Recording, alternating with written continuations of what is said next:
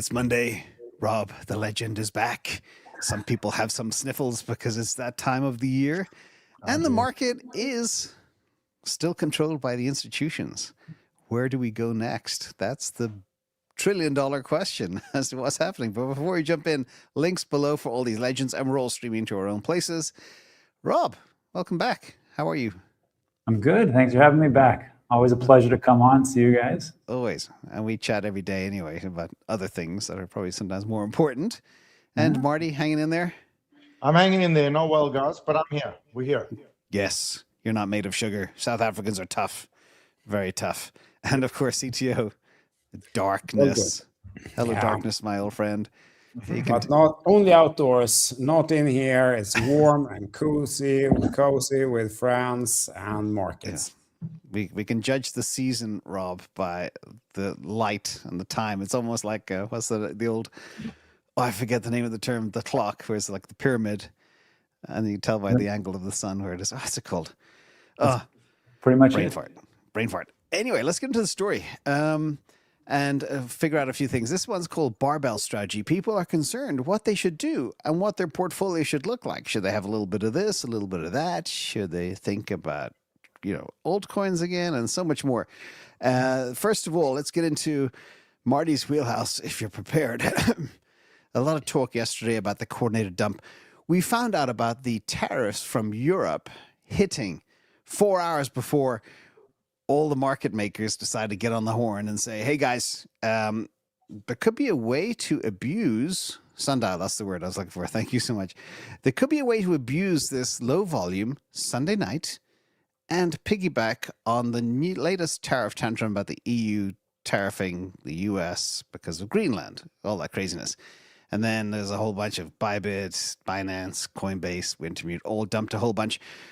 Marty, were you on top of this yesterday, and what is your thought regarding this? Was it a coordinated dump last night? Because we dropped $2,500 on Bitcoin in 20 minutes, and we got below that key 93K level. And coincidentally, we just got above 93K again, which is good news, because that, for me, is an important support level.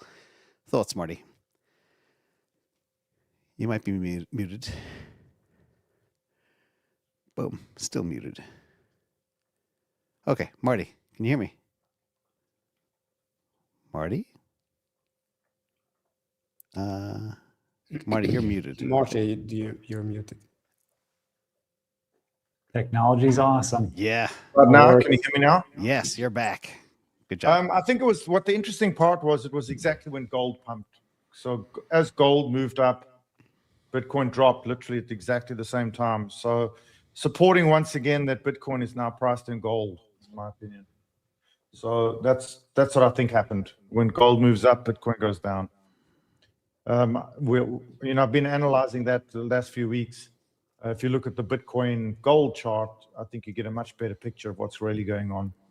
And I think that's what happened. But obviously, we've been accumulating since November 21st. And so a lot of longs have accumulated, with $500 million of longs were liquidated in that move. So once again, cleanup crew is coming in before we move up. But more importantly, we hold 90,000. And I think we'll move over 93 again today and move back up once again. Obviously, they're all coordinated. It's all planned. I think it's institutional accumulation. Yeah, and that 93K BlackRock nearly has 800,000 Bitcoin now.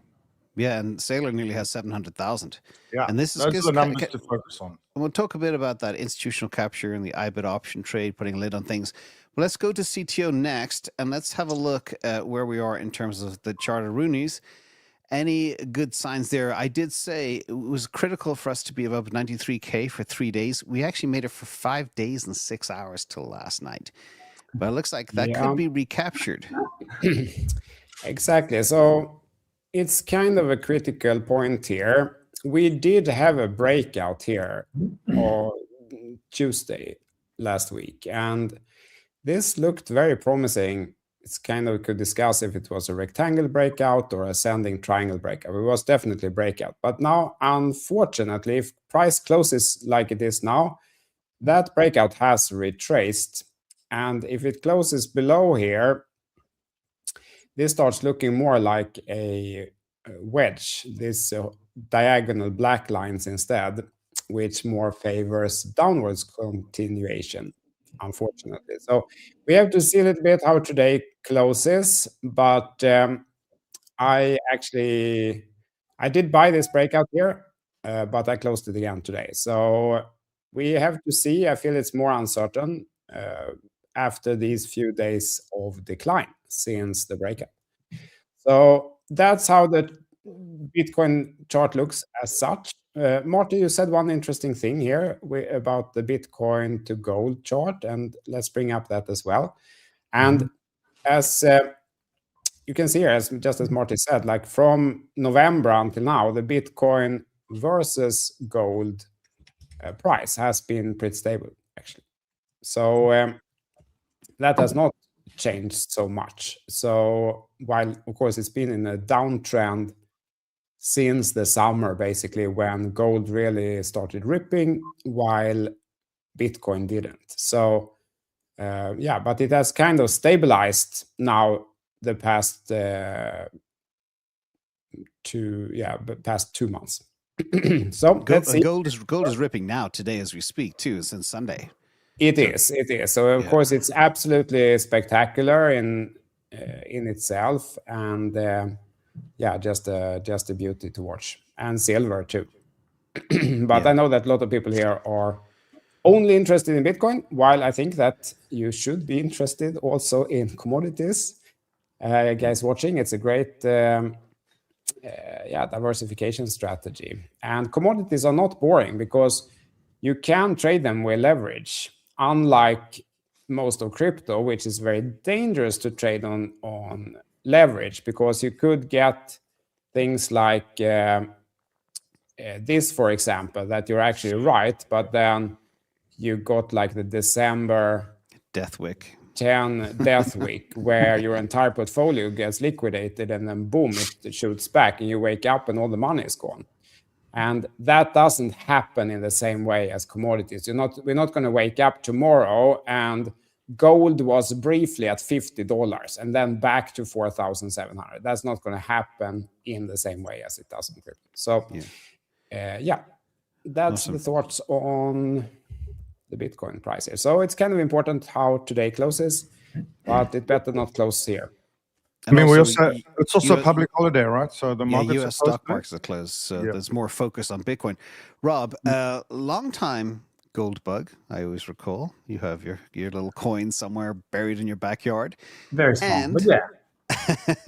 Well, what do you make of the gold action? And you know, you also have a keen eye on AI, and AI is supposedly going to bring a world of abundance. And in a world of abundance, the only thing that matters is scarce resources, being things like gold and Bitcoin. Does it perplex you that Bitcoin hasn't chased gold? And where do you see things going in this age of abundance in AI right now?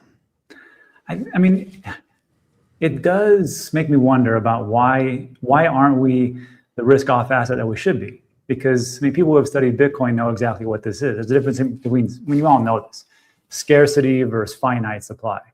And when I take a look at this, I'm kind of perplexed as things start to move up. Now, of course, Marty and CTO talk about this on the show. I watch it every week, and they'll tell you like the central banks are buying, China's buying like crazy, and that's just pretty much how it is. So like when I see this, and there's a narrative risk off versus risk on. Today, there's a lot of things in the news, mostly about Trump and tariffs and what's going on with the EU. It's quite entertaining, and it's fun, but it's all negotiations. And when all this thing happened, you kind of see which one is actually being priced in as a risk off versus a risk on. And there's a reason why I hold both. It's because I don't know which way it's going to go. I don't know which ones of the institutions are going to buy and how much they're going to do and how much the public's going to do it. But the reason why gold and silver went up was because they had, it was all about momentum, and it was all about them deciding that the price was going to go. And once we lost that for Bitcoin, that's why we're kind of right here just struggling around since October 10th. So it's all about speculation and momentum, I think. And that's why gold bugs are killing us right now. Yeah, and even silver has been fascinating too, but silver has the industrial purpose. And both gold, silver, etc., they're unprecedented moves, and many people believe copper will be next, the next precious metal because of the electrification of the world, AI. And if people run out of silver, what do? They use nickel and copper as a substitute. And oftentimes as well, all these three are mined at the same time in the same place. So it's a fascinating thing to watch. But we also have other things that are happening right now.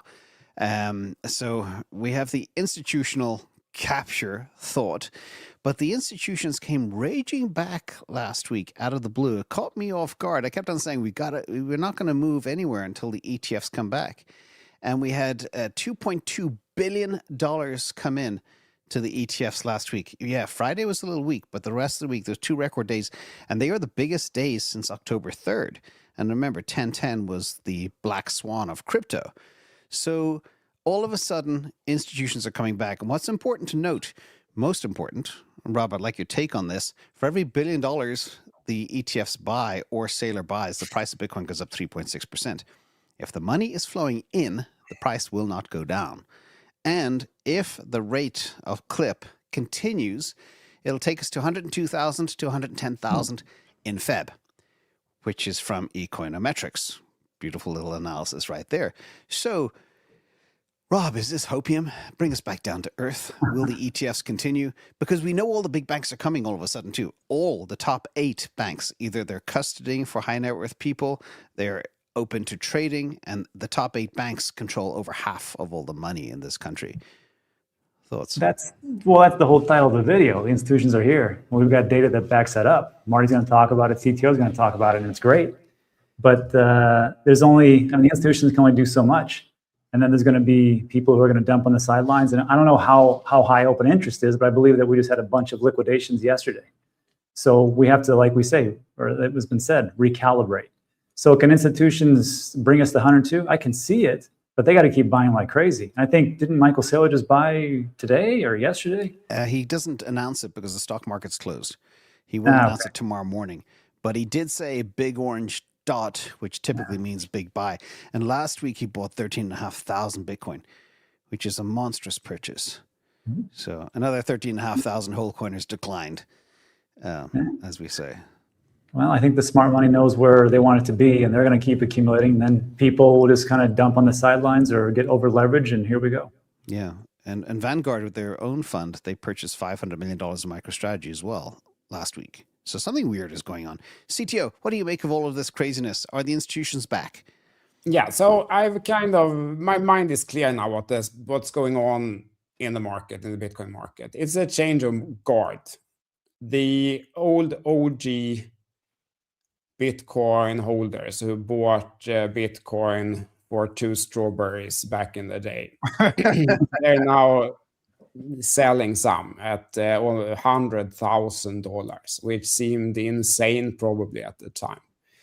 And the institutions, the BlackRock, the stock companies, they are buying. So there is a change of guard now. And it's not so different from an IPO. In the beginning, it's a few crazy misfits owning the stocks, and then at one point there's an IPO and the institutions come in and buy it. And that doesn't mean it can't go up from there if looking at like the Amazon IPOs or whatever, but it can be choppy for quite a period during this change of guard.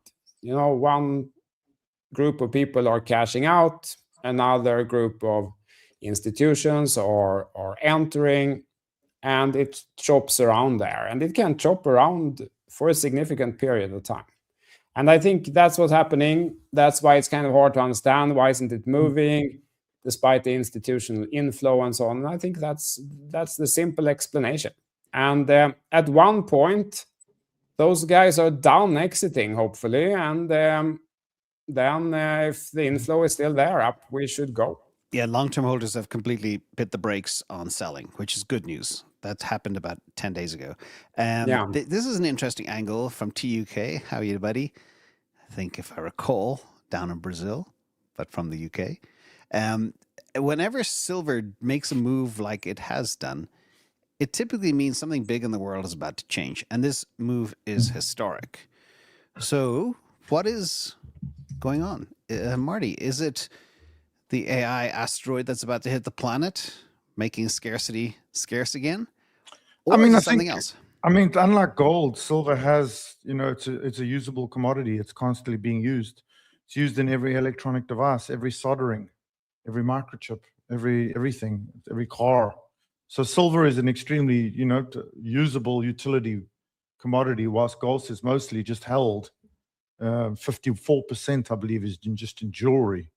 So it's a very different asset. I think it's very much paramount with the AI revolution, data center revolution. I think silver is very much part of the technology cycle. And it's been held down through commodity suppression for the longest time. We know the silver bugs have been screaming for 5 to 10 years about the same things we're talking about in Bitcoin right now, which is it's being suppressed, right, for accumulation. And I think that was let go. And usually gold and silver run first and risk on follows after. So I think we've got to just let it happen and see the blow off tops on silver and gold and understand that that's part of the new world. We're going through a technocratic revolution. Technology is pretty much going to be the driving factor of all policy going forward. And these are the raw materials to reduce, increase bandwidth and reduce latency. Moore's law. These are the commodities required, and so I think they'll have runs. What I find interesting is if you look at the Bitcoin chart priced in gold, a very different picture to the Bitcoin price chart priced in dollars. And I think that's what people have to start to change their mind. They have to start looking at the world in terms of gold. I think we're going back to a gold standard. And if you look at the gold to Bitcoin gold, it's BTC XAU. Maybe you want to pull that up, CTO Larsson. BTC XAU. And I did some research, and 30 billion US dollar equivalent a day has been traded on the ICE on that pair over the last few months.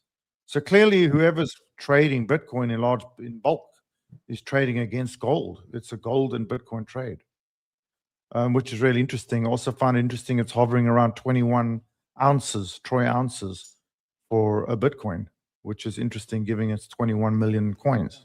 And historically, it's bounced around 36 to 38 too, so it's way off where it should be. Correct. So, yeah, super interesting indeed. And I still find it's mostly been driven by these three large overhanging things. Obviously, the Trump tariff ruling, which has been pushed back, and the Clarity Act. Obviously, we saw the tantrums and political masquerading over the last week, and potential pushbacks. But I think those things are hanging over the market for absolute regulatory clarity. A lot of people sitting on the sidelines waiting for that. I did a lot of research as to what are the classifications going to be under the Clarity Act of each token, network token. That's quite interesting. Let's unpack that now, because you stepped on Clarity Act. I'm going to go to Rob first, though, because Rob, you talked about this in your video recently too, if I'm not mistaken. But Coinbase, Brian Armstrong, has been very vocal about the Clarity Act. And all of a sudden, a week ago, he pulled his support because he said it's very unfavorable to DeFi and tokenized equity terms. It's obvious that the traditional banks do not want any yield paid on stable coins because their gravy train is taking your money, paying you 0.001% on every $1 million, nothing, and lending it out for 6%, and then doing it in a fractionalized banking manner as well. Yeah. So a lot of people, Rob, are afraid now this kind of mess within the Clarity Act, it's obviously been hijacked by the banksters. It could delay what we expected could possibly happen in 2026 out. Some people are even saying 2027, 28, 29, because it would require a full bill rewrite. What is your take on that? Because I know you talked about it on NFA as well recently. Yeah, I believe it was your buddy, Charles Hoskinson, that said that we have till 2029 when this bill might get rolled out because of midterms. And of course, Democrats and Republicans. But one of the big things I saw with this is it's not that, of course, it's got sidetracked and bankers took over. That's what they do. This is their thing. This is how they control and manipulate, obviously. The biggest thing that I saw was how wrong I was about Clarity and how wrong a lot of people were about this. And if it wasn't for a couple of key people talking and me taking a look at the different posts, I'd have been like, Clarity Act is great. And then when we break it down, and if you actually went to that 200, almost 300 plus page document, you could see that it was ban on stable coins. They're going to make DeFi essentially a neobank, KYC and AML, just like what you do right now with your banks. They want to do a ban on tokenized equities, which would be, ban on tokenized stock, which is really going to hurt the entire world of what we want to do that. And then giving the SEC more authority, which is essentially enforcement by regulation. So like these four things are huge, and we were all cheering for it. And it made me realize just how fallible people are and how we should really, taking a look at what is under the hood. And go figure, Brian Armstrong was the hero that we got. And it's like, nope, I'm not going to do it. And for me, I got to, stand up and say, great job, Brian. And let's see what things move to. This is a blow for the market because we need this to go into place. But if it takes longer, it's better we wait and get this right, because if we all know the government's not one to say, you know what, we made a mistake. Let's just correct that right now in a whole new bill. That's not going to happen. You got to just go from the get-go and get it right. So that's what I see. So people were pinning for 2026, pinning their hopes and dreams, especially for an alt run, tokenization of everything, stable coins being processed by the Trons and the Solanas and the Ethereums. It was all a big play. Even Tom Lee was kind of banking on it for Bitmine. Maybe that's why he's buying candy bars now instead. I'm not sure. We'll talk about that maybe later too. Marty, give us your view. We heard some great insight there from Rob regarding Clarity Act. How big of a poop is this in the punch bowl? I've been following this right up for a year. I mean, it's since the beginning draft. And it started out as a very clear, clarity. The word clarity was intended just to simply decide, whose responsibility is crypto. Is it a security or is it a commodity? And I think the Clarity Act, when Loomis first wrote it, was basically just the definition of that. So basically, is a network sufficiently decentralized? If it's sufficiently decentralized, has an existing ETF product trading, it's a commodity, move it to the CFTC. If it's a security, if there's some kind of investment agreement, if it's an obligation between two people, then it's a security, it should remain with the SEC. And slowly over the years, like they do, like governments like to do, they piled in all kinds of other things into the Clarity Act. In fact, they piled in market structure, actually, when it was supposed to just be the Clarity Act. And like everything, the 95% of what was needed in the Clarity Act is now going to be, unfortunately, delayed over the 5%, which is yield. And we all know the Genius Act came out the gates without yield.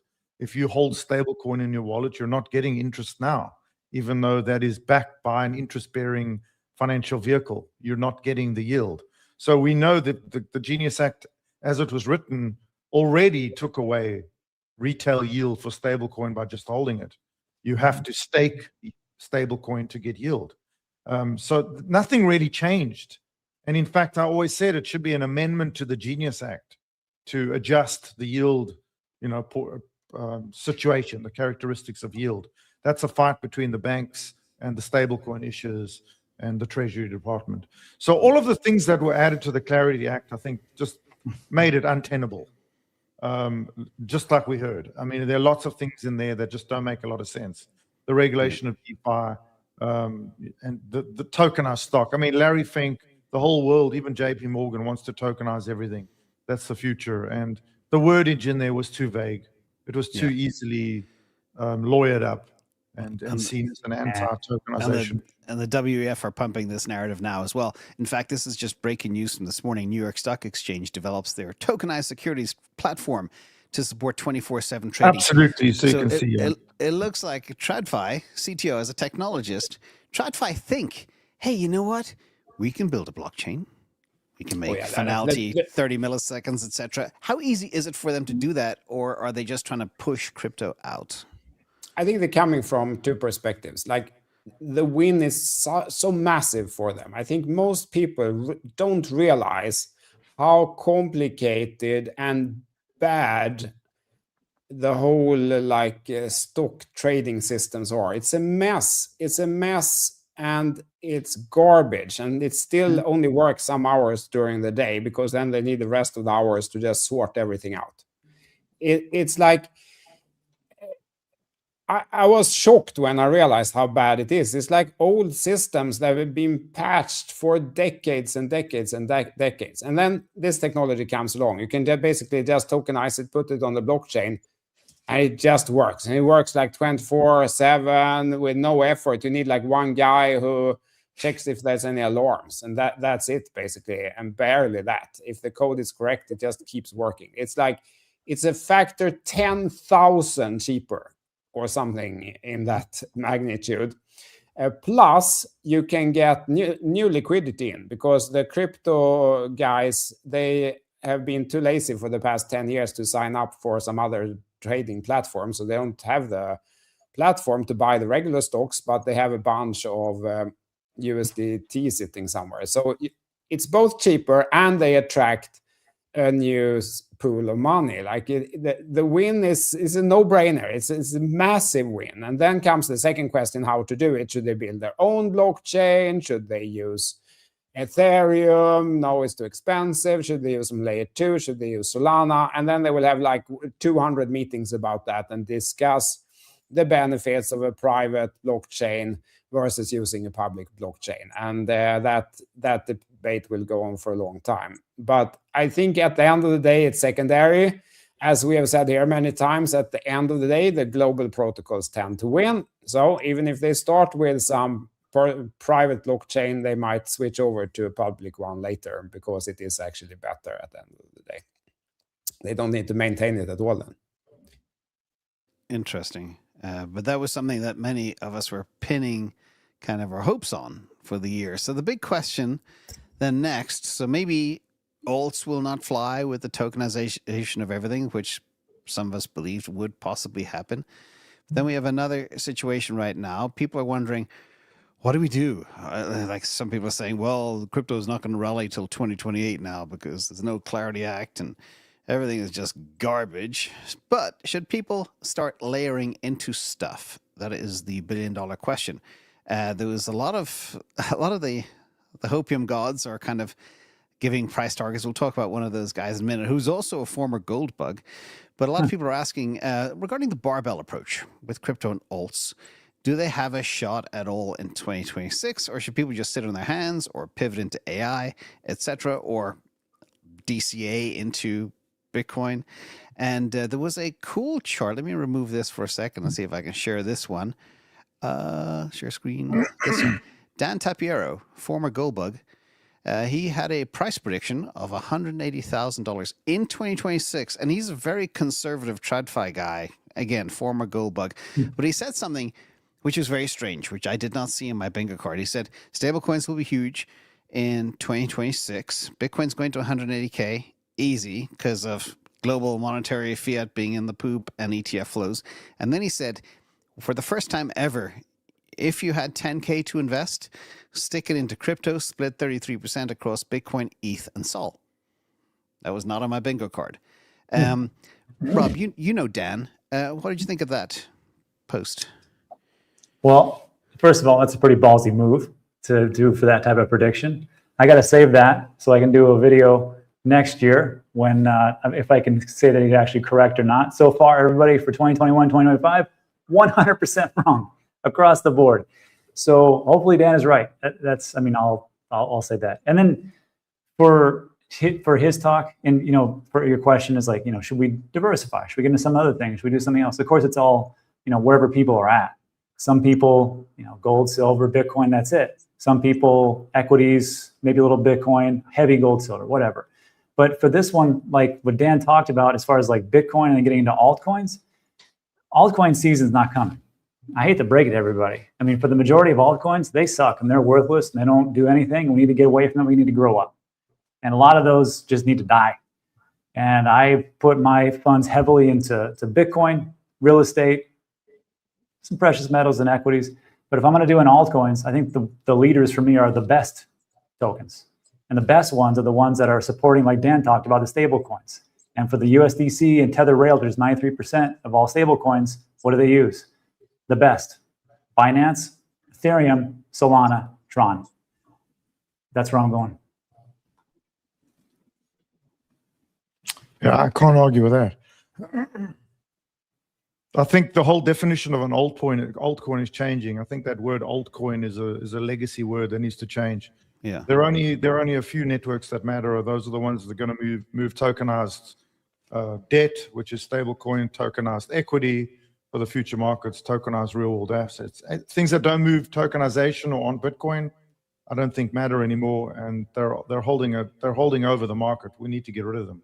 They need to go to zero. Yeah. I'll see if I can blow this up. This is a chart I like to keep an eye on, especially pre-alt season, which we don't have one. Like Rob just put a pin in that.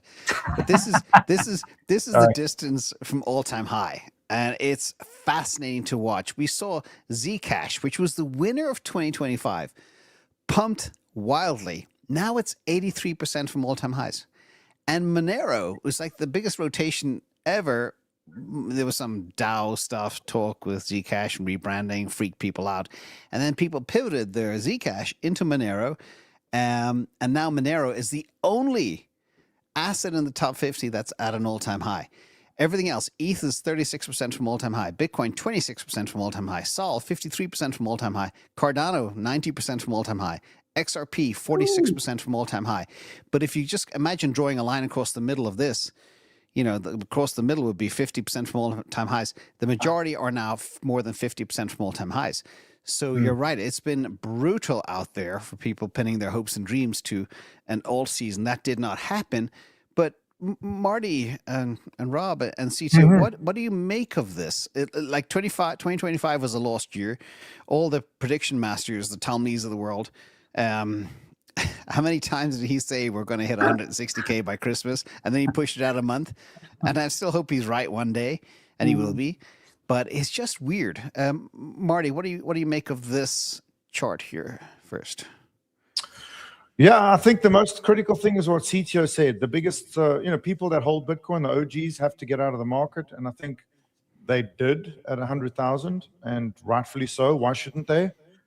There's a new kid on the block. It's the institutions, and they have a different, they're not just speculating. They have use cases in mind, and that is to transform the entire financial market to tokenized digital rails. And they're doing that. Things that aren't being used at this point in 2026, at this point, pivotal point before clarity and market structure are in law, things that have low TPS, low adoption, are a problem. They need to go. So I'm not opposed to these all-time lows. I think these things need to bleed more. I think the speculative nature of the market needs to end, and we need to move more to a fundamental valuation. And so I'm all for it. I mean, I personally hold, Bitcoin, Solana, and Sui, because I believe those are the three best technologies to serve the use cases of the new crowd, which is the institutions. And the rest, I've never quite understood why people hold on to them, honestly. So I see it as normal. I think this is fine. This is what should happen. I'm not going to buy these lows of these things that don't have users. To me, if you don't use it, don't invest in it. Follow the money, follow the adoption, follow the transactions, follow the builders, the developers, and look at the breadth of dApps on the chain that are being used. And we're seeing some crazy stuff now happening, CTO, with prediction markets. All the prediction markets going on chain. They're ahead of tokenization of stocks, which is fascinating. And the volumes are getting pretty mad. And it's as if people are degenning it a different way before. They used to maybe perp crypto or do whatever, buy altcoins. Now they're day trading, sports events, interest rates, politician elections, war, crazy stuff. What do you make of the prediction markets going on chain so fast? Yeah, I've never really gambled on the prediction markets. It sounds fun, and it's fun to watch, but I haven't actually tried it. So I don't know if you can consistently make money on it or not. Coming back to the altcoins a little bit, I think the mistake that many people have done over the years is that they have bought some altcoin on, some meme coin on great fundamentals. And then they've hoarded it minus 99.9% and then sold it. So I can say this, like seen statistically over the years, the strategy to hodl altcoins hasn't been successful on average.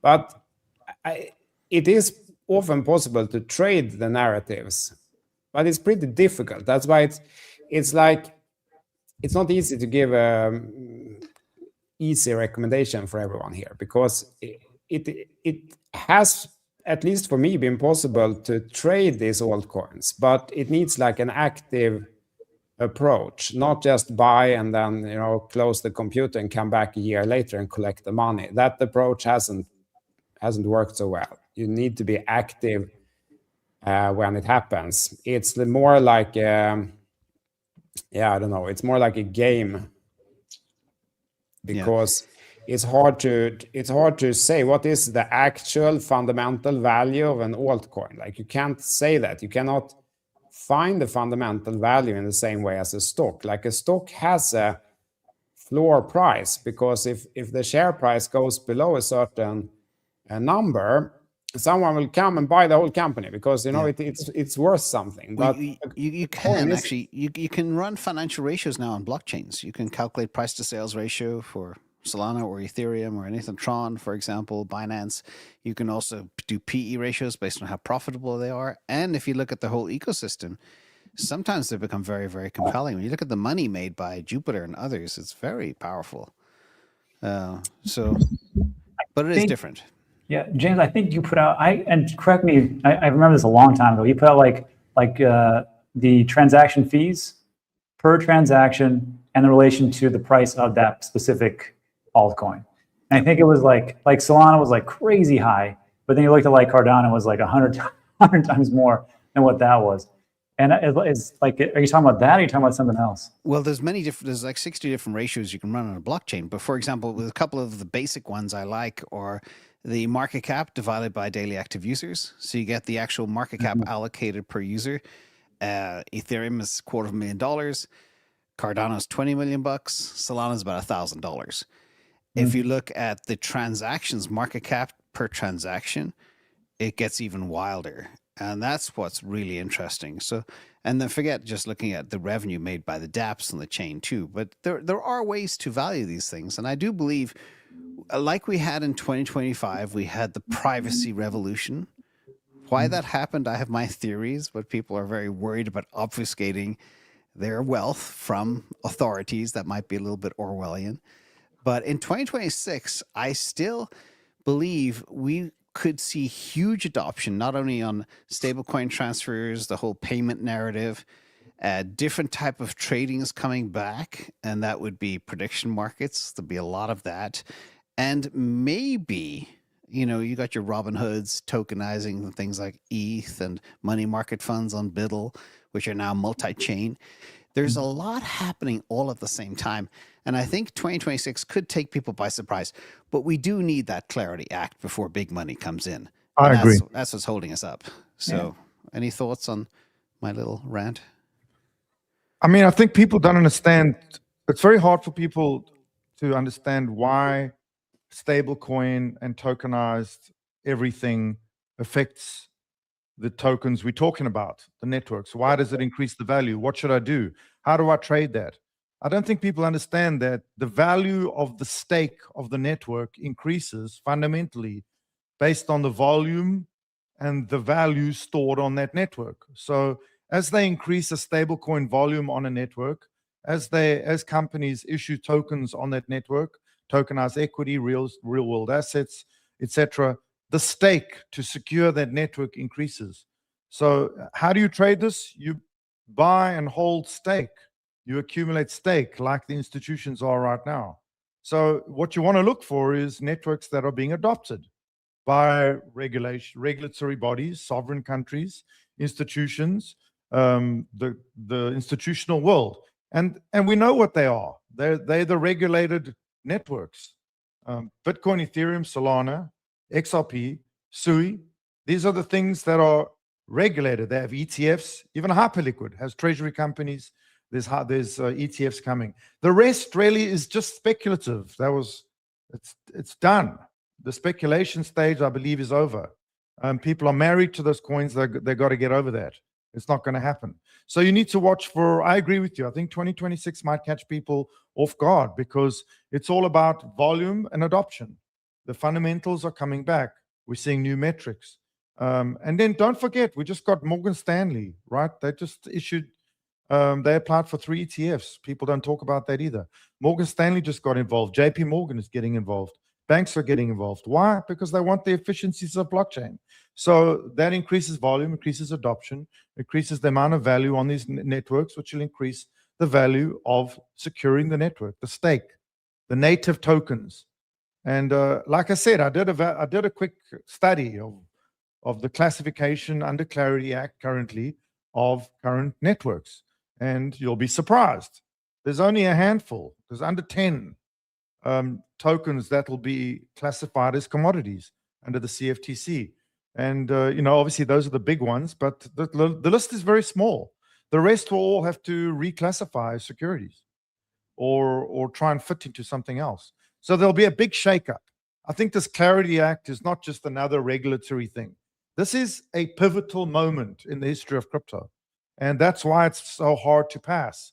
That's why there's so much infighting, that's so many lobbies involved, because it affects pretty much, to me, the intrinsic value of crypto. I think we could 2x on Clarity Act passing in whatever form it passes. And so, it's a very tense time, but I think that's what's holding us back, in my opinion. And it'll happen. Who knows when? Will it be the whole year? We'll have to wait. Will it be fast? I know David Sachs wants to pass it very fast. I know, obviously, China has made stablecoin yield. They've jumped in. They've said, oh, the US is taking their time. Let's jump in. They're offering stablecoin. If you hold digital yuan, you get yield. If you hold digital dollar, you don't get yield. So there's competitive action. That's why the Congress is pushing. They need it hard. They know that they need it. But there's a lot of industries involved, guys. I told you, they'll fight like dogs. This is the penultimate moment for crypto, the Clarity Act, in my opinion. The banks will die on the hill to protect their gravy train. No doubt. This is some more stats, Rob, that you were kind of interested in. But when you look at the bifurcation between the amount of market cap per transaction done every day, you've got a whole bunch of chains like Aptos, Near Protocol, Say, Solana, Optimism, all under $1,000 of market cap per transaction. And then you've got XRP, 64,000 per transaction. ETH, 200,000. Cosmos, 67,000. And I took off Cardano because their transactions have really fallen by the wayside. So that skews everything. You can't see anything else. But this is also an interesting view of the world. That's a very revealing chart. The adoption is back. The number of transactions are up again. The number of users are up again. We went through a dead patch the latter half of 2025. That's all creeping back. So that's positive for the space. And hopefully we can get to 1 billion crypto users sometime soon. And that will be extremely good too. So let's get back to our story. Not this. Remove this. Hold on. I got to add and remove. Little bug. Okay. There is a thesis that the institutions have captured things like the upside of Bitcoin price action with options, global, there's a ton of liquidity. You mentioned, Marty, the interesting pair chart between gold and Bitcoin. There's somebody trading that pair heavily, billions of dollars every week. And the option action across things like IBIT are huge. And of course, IBIT is the biggest money spinner now for BlackRock from a fee perspective, but also on the options side. So the market makers are making a killing on options as well. Anybody want to take a stab at, could this institutional capture be keeping a lid on things? Has crypto been lost to TradFi? I mean, I do think some people have that opinion. That's why Monero, Zcash, and so on have gotten a narrative. And there are some other like contrarian coins, like if you look at Bitcoin Cash versus Bitcoin, it has gone up the past half year and so on. So I do think there are some like OGs who feel like, oh no, the institutions have taken over now and it's all it's all taken over by the people we were fighting against a little bit, and then comes these contrarian narratives. But yeah, in a way they have taken over. So it's just a fact. It is like the IPO of Bitcoin. It is selling out to the institutions, and that doesn't mean it can't go up. Yeah. But if the people are here from like from like a philosophical perspective, more that it's us versus the institutions and so on, then of course it's lost in a way. Yeah. Michael Saylor and BlackRock. Yeah, and their bags are now becoming quite huge. If you assume, like I have done for years, 5 million Bitcoin are lost, including the Satoshi stack. There's never been more than 15 million Bitcoin. In fact, 50 days from now, the amount of Bitcoin mined will be 20 million. That means only 1 million will be left for the next 130 years or 110 years, something like that, 110 years. And that's wild to think about. Of course, I don't believe Bitcoin will be around in 100 years. But, Rob, what do you think of where we are going next in terms of this? And can we trust TradFi? Do they own the space right now? Are we just along for the ride? And you know as well, by the way, for the last 20 years, before gold went on a rampage, JP Morgan kept a lid on gold price with paper gold. Of course. That's why they went to court for spoofing. Yep. This is what they do. There's a reason why the powerful stay powerful. And it's because of their connections and what they do. I mean, well, like as far as like where we're going, I have no idea.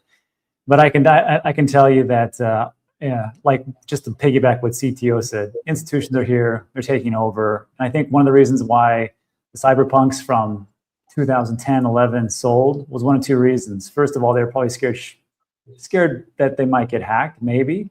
They saw that there was an opportunity for ETFs to get into there. And then they just like, who was it? Jordy Lester, who says, this is essentially the Bitcoin IPO moment.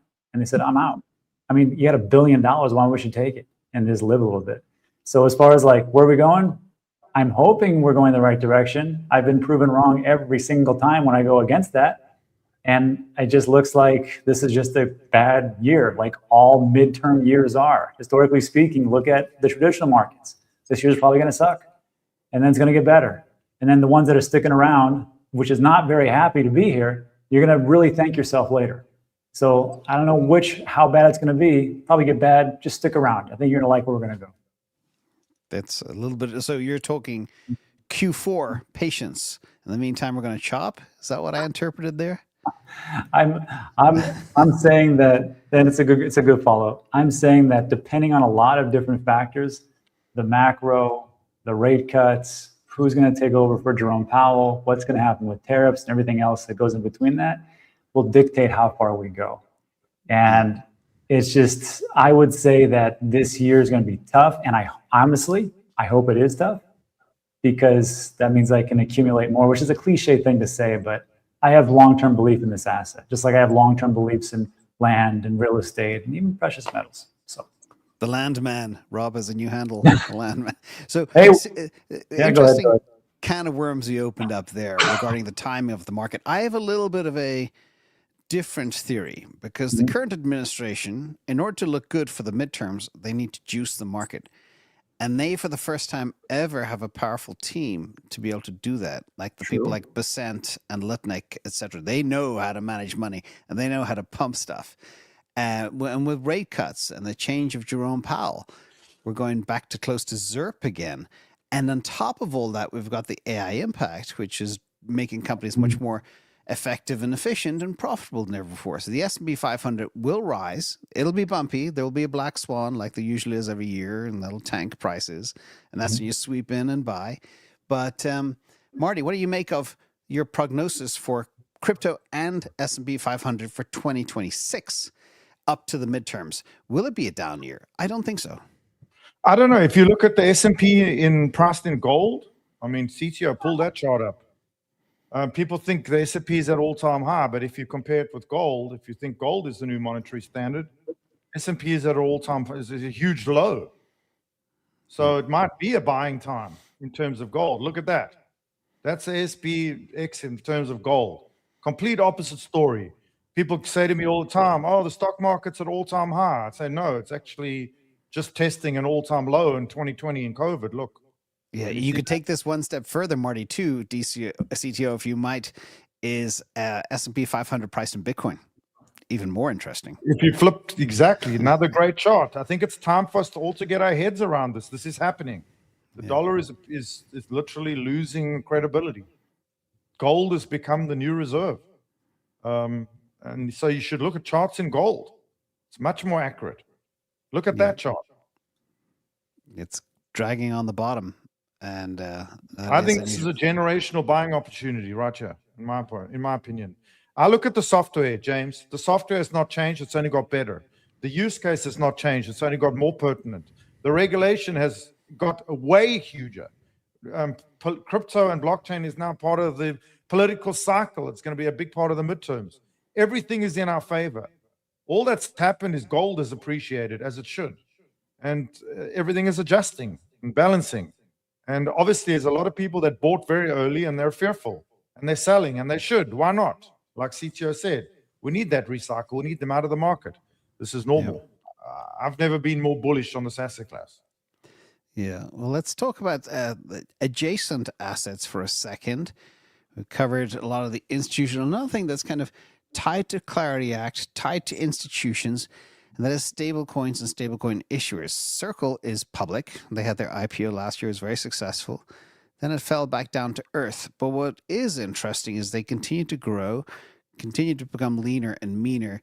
And Circle, although they lost, I think, about 174 million in 2025, they're looking to earn about 239 million by year-end 2026, going from a loss-making company to a very profitable company in a short window of time. We know the market cap of stablecoins is going to continue to rise with or without the Clarity Act. And people are asking as well, with Circle under 80 bucks, is that a buying opportunity?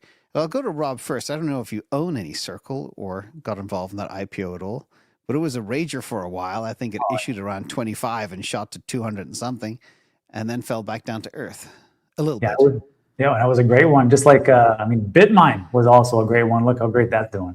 Yeah. But yeah, we think like Circle, I don't own any, but it could be a pretty good one. If you believe that stable coins are going to, rule the roost, then this would be a good one. I don't personally have any, but sure, why not? I always see it as Circle USD and Tether forging the way for staples. Yeah.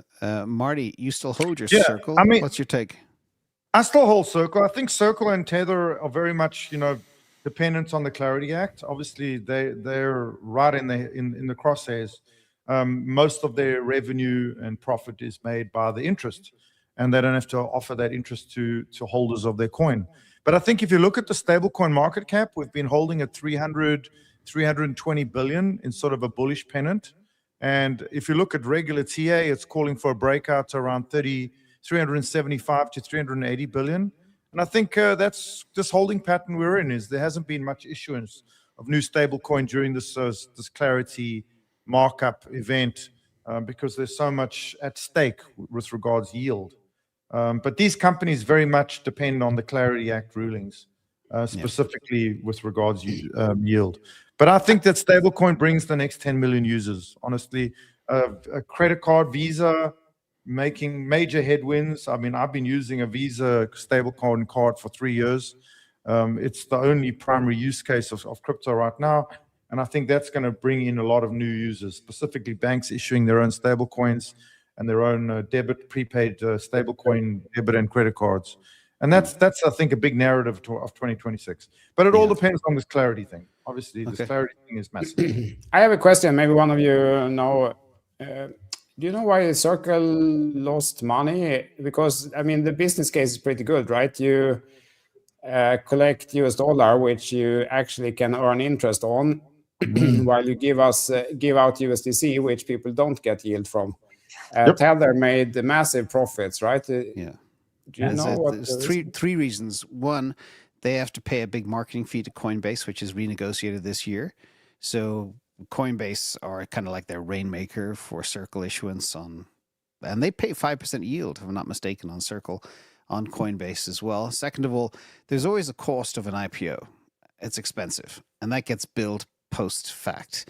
And the third thing, they had a lot of stock-based compensation, which took earnings down as well. So those are the three reasons that I see from the financials of why it was negative. But, you know, I go back to simple fundamentals. Okay, you print money, you issue it, and you get yield on what you issue, and the market value of that's going up. It's a no-brainer business. So, and Tether is the most profitable company on the planet, I think, after OnlyFans or something, on a per employee basis, something like that. I don't know what OnlyFans is, some sports team or something. Yeah, but nobody knows. I've never been there, but I only found out what it was late last year. But let's get into does that answer your question, CTO, regarding why they lost? But you're dead right. Yeah, it does. So of course those factors should change probably then. That's what I was asking. Exactly. Yeah. They will change. Let's get into our final story because, you know, you triggered two things on my head, Marty. One, you said the software for crypto is getting better and better, but there is a corollary to that. And I said for years, there could be somebody in their basement that develops a blockchain that's better than Bitcoin, better than Ethereum, better than Solana, whatever. Now we are at this one-shot world where this guy, Michael Twell, built a browser like a Chrome or a Netscape back in the day, whatever, in Cursor, 3 million lines of code. It ran for a week using Rust, which is an extremely difficult language to code in, and it did it. And it was pretty much flawless. So now the question is, what is the value of software over this point? You can literally one-shot almost anything. I'm going to go to you, Rob, first, because you shared your charity work you did. You built a website for a company. You want to tell us a little bit about how you became a developer over the weekend? Yeah. I'll show my screen so you can see this. So this is Google AI Studio. And I work with a local charity here called Amigos de los Animales. And they have a real problem with their website. It was awful. They have a real problem with their socials. They have a real problem with their donations. I said, I'll do that. And this had, just recently came out. So I just went to this one. I had no coding experience. I'm not CTO. I built a site before using Optimized Press. Very easy with templates. This one, when I learned it, it took about an hour. To put this website, it took like 15 minutes. And I just pretty much said, and you just type in what you want right here. I want a website, if I could spell, that functions on or is all about selling hot dogs or whatever. And it'll stick this out. And then it'll give you like different like recommendations about what to do. And then how to do copy, meaning how to write it so people are engaged, how to put in like, how to actually adopt these animals. And then there was two big things it did for me. You probably can't hear this, but it put in an AI agent for me. And I don't have a secure, right now. I'll do that later. No, let me do this now. God damn it. Let's see. Amigos. Well, he's vibe coding. I don't know if that's the term. This is it. Yeah, vibe coding. And this is it. Like, so the AI agent will come on. You won't be able to hear it because it's the way that my mic's set up. But it'll ask you, what are you looking for? I'm looking for a dog that is like between 5 and 7 years old that is housebroken. Okay, here's our dogs. 1, 2, 3. Set up a time, and I'll do that right now for you. And it does it just like that. This took me like maybe 2 hours. Now the only thing is to get everybody to start to donate, which is down here. Join the WhatsApp, all that stuff. Again, I don't know how to do this stuff, but I did it. And what's awesome about this is a charity. Google is hosting this for free. So I just told them, go to GoDaddy. You guys can cancel after your 6 months is up from your year-long contract, and we can just go just on this. And all these things come through. Now, as time goes on, if this breaks into like 6,000, 10,000 visits a day, we'll have to start paying Google. I don't see that ever happening. But if you have something like, and this is just one small aspect of it, right? I can make what's called a gem in Google, and I can make it just be like my personal assistant. Like I go in there and say, dude, give me a crypto report for the day. It knows all my information, spits it out. Okay, make a thumbnail, make a whatever. And it just does it. So like this type of thing, I think is, when you look at this, Mark Moss was on the Paul Bet-David show a couple of days ago. Yeah. And he was talking about how they asked him point blank, are you going to send your kids to college because you believe so much in AI? He said, no, what's the point? Exactly. He goes, if they're going to be heart surgeons and nuclear engineers, obviously, but if they're going for like a liberal arts degree, no, they're going to come in here. You can learn twice as fast in a tenth of the time, and it's free, and I have a huge amount of debt. And I was like, I see why AI is so important. Now, everybody was talking about their altcoin and how great and function utility is compared to what I just showed you. And tell me how much utility your altcoin does. And this is the asteroid, as I call it, that's coming to hit the Earth. Marty, that was brilliant. Thank you so much, Rob. Marty, how profound is that? A non-coder builds a charity website. I mean, I can throw two takes at it. First of all, I encounter those websites all the time, and all I ask is, can I speak to a consumer, to a representative? So I see it as a form of AI slop. They're just like facades that don't really offer anything other than just a feeling that they exist. But anyway, I mean, the software we're talking about is just massively complex. The consensus in a typical blockchain like a Solana is unbelievably complicated. There's no way AI will ever code it. In fact, let me stop you there, because I know where you're going. And we talked about New York Stock Exchange building a blockchain to tokenize 24/7 trading. What shot do they have? Because that's where you're going with this, to be able to do finality down to 30 milliseconds and have scale of 1 million users at once. They have a big advantage in the fact that Moore's law has made networking and hardware cheap and fast. We tried to do distributed systems in the early 2000s. We had the architecture, we had all of the complex thinking. We just didn't have the physical hardware or network to do it. We have that now. So that is a big advantage. They have that. But in order to get trust, this is all about trust and trustlessness. In order to get trust, you can't have an institution have its own blockchain. They might as well just have their own database, which they have now. I don't see the benefit. So it's all about trustlessness. And to achieve trustlessness takes insane complexity and in consensus. And so I think they're all coming ignorantly into the space thinking that, oh, this is a new kind of cloud, a new kind of blockchain. I mean, new kind of database, but they don't really understand it until they do. I mean, just go look at GUI.firedancer.io. Just go look at the Firedancer dashboard and to understand the complexity of consensus in a modern global, $3,000 TPS, 3,000 TPS network.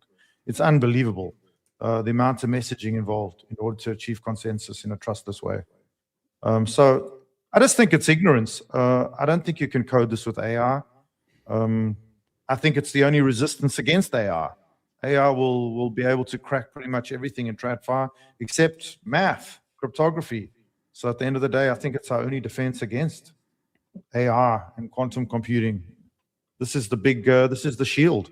This is our financial shield. Like Jerome Powell said in his speech, the only thing that keeps him up at night is a cyber attack against the central bank. Just never forget that. I think it is like this, if I can add one thing. Like copying something that exists is almost trivial. Like what you mentioned, James, like some guy vibe coded a Google Chrome browser. Okay. Yeah. But will they replace Google Chrome tomorrow? No. None of us have replaced Google Chrome, because just copying whatever already exists doesn't really do anything. Unless that someone is selling it for a huge amount of money and the alternative is free. Okay, so then it does do something, which was the point that you raised there, James, was the value of software, like the software companies. So I think they are in challenge, but to Marty's point, copying the next thing that isn't built yet, that is really difficult. And because there is no, copying the open source part of Solana, that is trivial. You go to Git and you fork it, done. You don't need AI. It takes 10 seconds. But that doesn't mean that you overtake Solana's network effects. It requires a lot more. So I think what happens is that what AI does here is that it redefines what an asset is. And just having some working software really isn't it, because that can be copied. But having proprietary data sets or having people with skills that are not documented somewhere, that is worth a lot. Like the proof point really is that the AI companies themselves pay $100 million to get the best AI guy. If their AI could do that, okay, why would they do that? But it can't. It can only do the things that already exists. It can't do the thing that that person will do tomorrow. That is not in the training data, so it can't do it. So that's really the value of the Solana project or something. It's what they are working on now. It's the improvements that they're going to build. And that is not so easy to replicate. But I do think like a lot of software companies are going to get disrupted. Yeah. But there are still assets here, like proprietary data sets. It's not easy to copy. The skills that the people on the forefront is not easy to copy. Network effects that Solana has, for example, is not easy to copy. And those are the assets that are worth something today. Yeah, this was the site. It's very impressive, the site that Marty mentioned. Yeah, that's the Fire dashboard. I mean, it's just like so far ahead of everything else. It's ridiculous what's going on there. Yeah, you have to understand that these are financial systems. So unlike a website, which you have nobody really trying to hack or break, these things are constantly under attack, constantly having DDoS attacks. And, they're using AI now. The hackers are using AI just like we are. So they have extremely powerful tools in breaking software. They're trying to break TradFi using AI. They're trying to break banking systems, banking logins, wrench attacks. It's unbelievable, the maliciousness and the technology they use. So these things have to be unbelievably defensive as well. People forget about that as well. They're unbelievably complex and intelligent.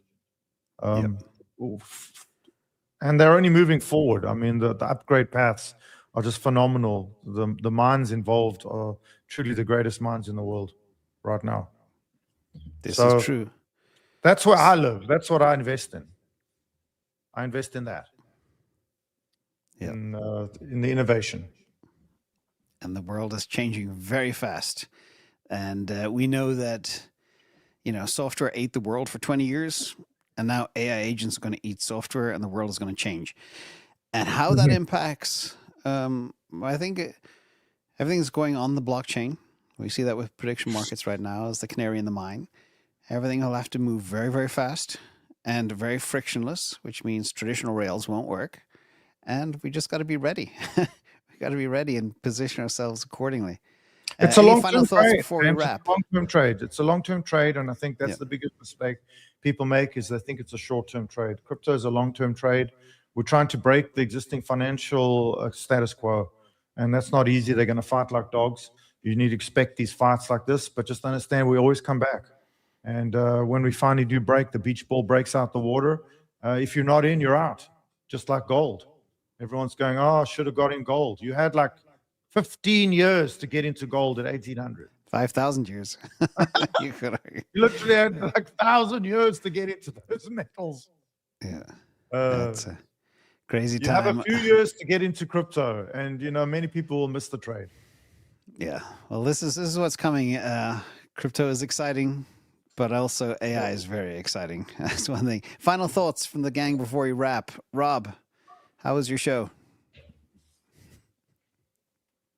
You might be muted. Rob, you muted. There you go. We hear you. Sorry. So last thoughts for this. I know, Marty, you said that this was AI slop, and I appreciate your opinion.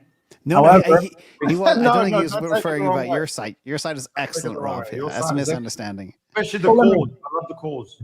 All right. Well, let me just say thank you for that. And I will just say, since we've been on the website, we have had 2 adoptions, and that is me doing free work. The website is free, and the utility, 2 adopted dogs. I'll take that in 4 days. Yep. That's fantastic work. I'm very impressed. And you'll get donations from me too, guaranteed. CTO, final thoughts for the week, and Rob's impressive work too.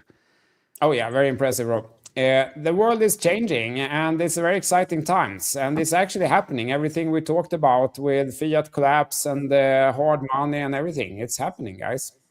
Yeah. So it's an exciting time to be alive. Yeah, and again, AI will bring abundancy, therefore be in scarcity, whatever that is. 20 million Bitcoin in 50 days will be mined. Marty, final thoughts. Yeah, I think it's a time we have to all grow up and accept that this isn't, crypto is not just one thing. Blockchains aren't just one thing. The use cases aren't just one thing. Bitcoin is a very specific use case as a store of value, as the vault of the world, the first globalized thing ever in finance. And these execution chains like Solana, Ethereum, SUI, etc., they have a very different task. That is to tokenize everything and move it at light speed around the world, globally, not just in one jurisdiction. These are very different things, and I think slowly they will be valued differently. Watch out for that decoupling. I think it's coming. But follow the whales, follow the accumulators. They're creating discounts. Morgan Stanley's getting in. They're not going to buy the top, etc., etc. And once they're in, once the sellers are done, I think we go to the races. We catch up with global liquidity. I said it before, I'll say it again. We're sitting at about 140,000 if you do it in terms of global liquidity, which is only going up. We're going into wartime budgets. Trump is the entrepreneurial president we've been waiting for. He's going to fix status quos that have been broken for many years. I know it's ugly at times, but this has to be done. It's our world. We're taking it back. You know, you can't beat entropy. The old people will die. It's our world. It's our time to step up. We can't sit around asking permission for everything. We need to take it, like Elon Musk says. And you're either in or you're out. And the victors will get the rewards. That's the way it works. Awesome stuff. I want to thank the gentleman links below for all these legends. Thank you so much. CTO, DAN, Rob. David, I love you. I didn't mean the Marty. slop to direct it at you. I really didn't. I just meant it really directed at my bank, because my bank has a similar website. And I sat there talking to the AI, please help me. And they give me just links and links and links. Please. The crappiest instructions. Yeah, I got you. So I was venting a little bit, but I love dogs, and I'm going to look at your site, and don't take it the wrong way. I'm surprised Marty has a bank account, to be honest. It was not on my bingo card. All right. Thank you all. Have a good night, everybody. everyone. Thank you to the best mods in chat team, details of Sean D, K8, and everybody else. Take care. Bumpy Thanks, week guys. ahead. I'm a little sick. I will get better. Okay. Cheers. Bye.